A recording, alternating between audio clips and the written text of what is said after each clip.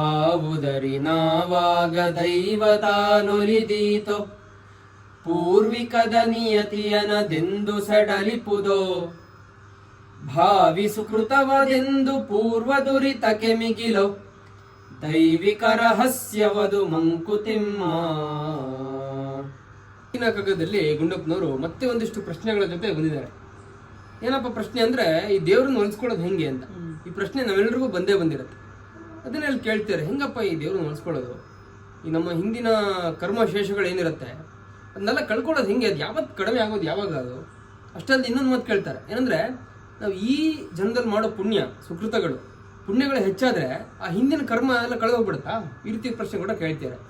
ಈ ಪ್ರಶ್ನೆಗಳು ಒಂಥರ ತುಂಬಾ ಕಷ್ಟ ಉತ್ತರ ಹುಡುಕಕ್ಕೆ. ಅದಕ್ಕೆ ಇಲ್ಲಿ ಕೊನೆಗೆ ಹೇಳ್ತಾರೆ, ಇಷ್ಟು ಹೇಳಿ ಮುಗಿಸ್ತೀರಿ ಅಂದ್ರೆ ಒಂಥರ ದೇವರ ಒಂದು ದೊಡ್ಡ ಸೀಕ್ರೆಟ್ ಇದು. ಈ ಸೀಕ್ರೆಟ್ಗೆ ಉತ್ತರವನ್ನ ಕಂಡುಹಿಡಿಯೋದು ಅಷ್ಟು ಸುಲಭ ಇಲ್ಲ. ಅದನ್ನ ಹೇಳ್ತಾರೆ ಅಷ್ಟೇ, ಸೀಕ್ರೆಟ್ ಅಂತ ಹೇಳ್ತಾರೆ. ಸತ್ಯ ಅಲ್ವಾ? ನಮಸ್ಕಾರಗಳು.